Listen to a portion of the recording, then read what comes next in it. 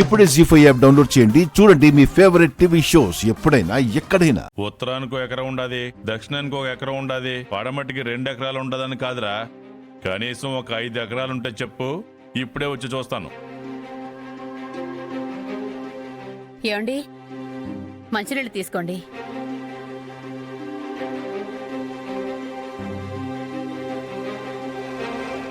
నేను బయటికి పోతాననేసి నీకు తెలిసిపోద్దా తిరుపతి?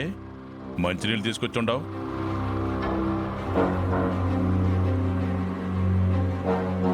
నువ్వు తాగే నీళ్ళలో విషం కలుపుంటే ఏం చేస్తావు నాన్న?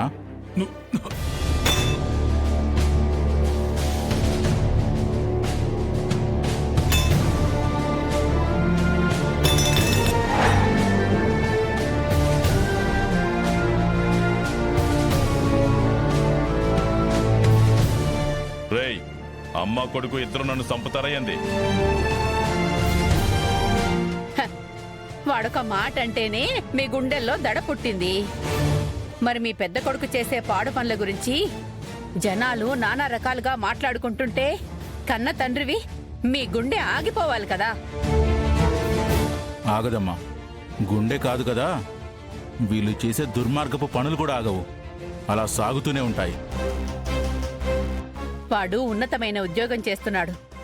పోలీస్ ఆఫీసర్గా నలుగురికి సాయం చేయడం వల్ల తల్లిదండ్రులుగా మనం గర్వపడొచ్చండి.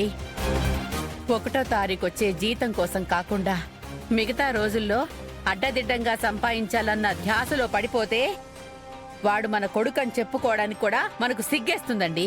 చూడు తిరుపతి, నేను మా తాతలు సంపాదించిన ఆస్తుల్ని కాపాడుకుంటూ ఉండాను. కొడుకులిద్దరికి ఆస్తి పంచేసి ఖర్చు చేస్తే తక్కువైపోద్ది కదా. అందుకే వాడి దారిలో వాడు సంపాదించుకుంటున్నాడు. అది మంచి పద్ధతి కాదు నాన్న. ఏసీబీ వాళ్ళ చేతులకు దొరికాడనుకో, ఇక జన్మలో ఉద్యోగం రాదు. నువ్వు డీజీపీ గారినో ఎస్పీ గారినో కాళ్ళ వెళ్ళపడి ఉద్యోగం రప్పించావు. కానీ దాన్ని నిలబెట్టుకోవడానికైనా సరైన దారిలో వెళ్ళాలి. నేను బయటికి పోవాలనుకుంటే వాడు ఏ దారిలో పోవాలనుకుంటున్నాడో. మంచి కోరి చెప్తున్నాం. నాగవల్లి దగ్గర సాక్ష్యాధారాలున్న ఫోన్ని కింద పడేసి పగలగొట్టేశాడు. కానీ అది గనక బయటికి ప్రచారం అయిపోతే మీ దగ్గర సెంటు స్థలం కూడా ఉండదు. ప్రెసిడెంట్ పదవి రాలేదు, ఊరు పెద్ద మనిషిగా ఉండే పరపతి నిలబెట్టుకోవట్లేదు. మీ పరంగానే చాలా నష్టపోతున్నాం నాన్న. అలాంటిది అన్నయ్యని తప్పుడు మార్గంలో తోస్తే మాత్రం జన్మలో కోలుకొని దెబ్బ తగులుతుంది. రేయ్, నీకు పని పాట ఏం లేదు. ఉద్యోగం లేకపోయినా సరే నిన్ను సాకుతుండా. నాగవల్లి కోడలుగా వచ్చినందుకు మీ అమ్మకు వంట చేయడం తగ్గింది. వీలున్నప్పుడల్లా గుళ్ళకి గోపురాలకి తిరుగుతుండాది. పాపం మేము చేసినా మీరు చేసే పుణ్యాల్లో కలిసిపోద్దురా. అందుకని లంచమైనా సరే కానివ్వన్నాను. నాకు పెద్దగా చదువు రాదు కదా, వాడైనా ఆ పని చేస్తుండాడు. నువ్వు నీతి నిజాయితీ అనుకుంటూ భజన చేస్తుండావు, కానీ ఒక్క పని చెయ్యు. పోనీ ధర్మంగా ఓ 10 రూపాయలు సంపాదించి ఇంటికిరా. నా చిన్న కొడుకు మొనగాడంటూ ఈ బుర్ర మీసాలు మెలేస్తాను. తీసుకొస్తావా? తీసుకురాలేవు. వాడి డిగ్రీ పూర్తయిపోయింది. ఏదో ఒక రోజు ఉద్యోగం రాకపోదు. అప్పుడు దేవరాజు ఉద్యోగం రావడానికి కూడా శివాలయం వెనకుండే 2 ఎకరాలు అమ్మినాను. మర్చిపోయినావా? అదే డబ్బులతో వ్యాపారం చేసుంటే ఈ పాటికి కోట్లు సంపాదించేవాడిని. ఆ నష్టాన్ని వాడు టేబుల్ కింద చెయ్యి పెట్టి తీరుస్తుంటే మీకేంటి బాధ? అమ్మా, వీళ్ళు ఎంత చెప్పినా మారరు. అనవసరంగా నువ్వు ప్రయాసపడకు. చూసినావా తిరుపతి, నీకు ఆస్తమా ఉండదనేసి నాకన్నా ఎక్కువగా వీడే గుర్తు చేస్తా ఉండాడు. మందులు వేసుకో, పోయేస్తాను. రేయ్ బండి తీరా. అలాగేయ్యా.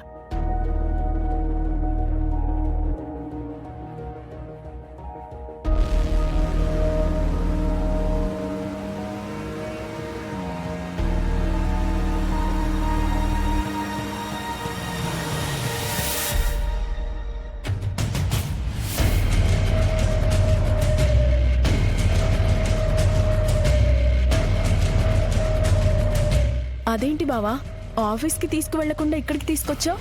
నువ్వు ఆఫీస్లో ఏమేం డ్యూటీ చేస్తావో ఇక్కడ తెలుస్తుంది నాగవల్లి. కార్తీక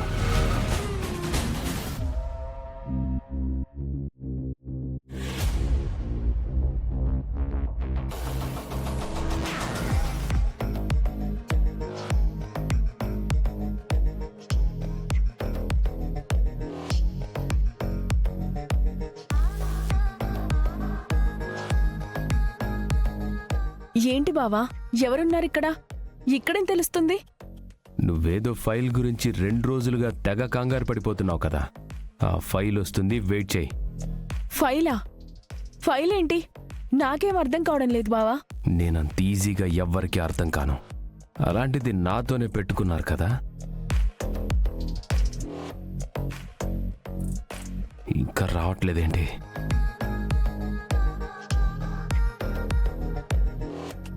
సార్, నన్ను రమ్మన్నారంట. దేనికి సార్? గిఫ్ట్ ఇవ్వడానికి. గిఫ్టా? ఎందుకు సార్? ఈరోజు నా బర్త్డే కూడా కాదే.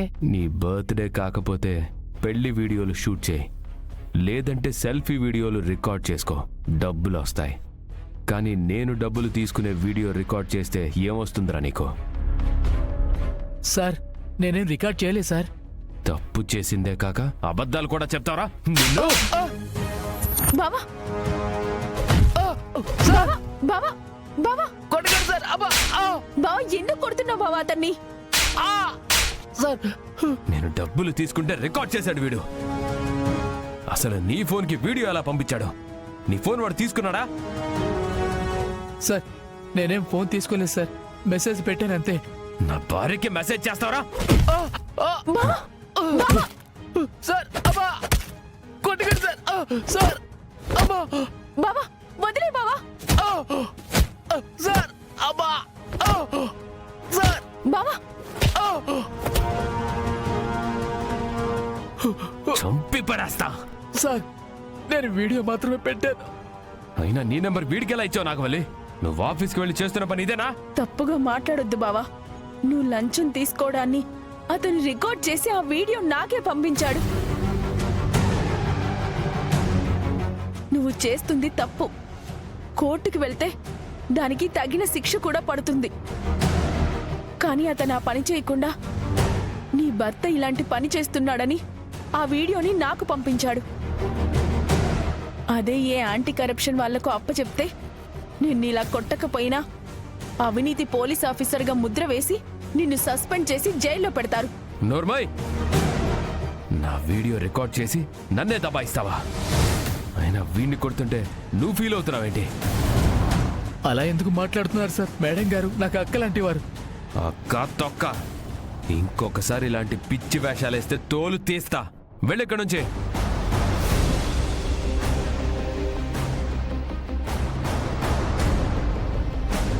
ఏంటి చూస్తున్నావు? నాకు సంబంధించిన విషయంలో వేలు పెడితే నా చేతి ముద్రలు మీ మొహాల మీద ఉంటాయి. ఒక్కొక్కరిని తాట తీస్తానేమనుకుంటున్నారు? కారెక్కో.